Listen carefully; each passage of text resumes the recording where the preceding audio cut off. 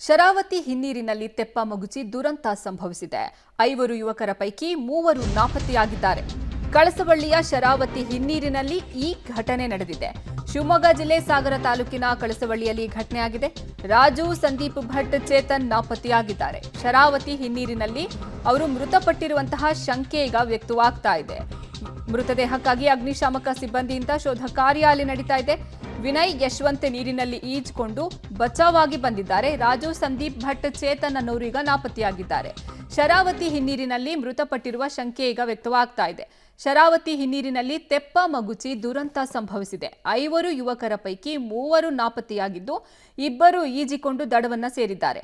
ಕಳಸವಳ್ಳಿಯ ಶರಾವತಿ ಹಿನ್ನೀರಿನಲ್ಲಿ ಈ ಘಟನೆ ನಡೆದಿದೆ. ಶಿವಮೊಗ್ಗ ಜಿಲ್ಲೆ ಸಾಗರ ತಾಲೂಕಿನ ಕಳಸವಳ್ಳಿಯ ಶರಾವತಿ ಹಿನ್ನೀರಲ್ಲಿ 3 ಯುವಕರು ನಾಪತ್ತೆಯಾಗಿದ್ದಾರೆ.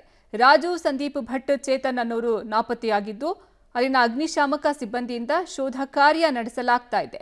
ಶರಾವತಿ ಹಿನ್ನೀರಿನಲ್ಲಿ ಅವರು ಮೃತಪಟ್ಟಿರುವಂತಹ ಶಂಕೆ ಈಗ ವ್ಯಕ್ತವಾಗ್ತಿದೆ.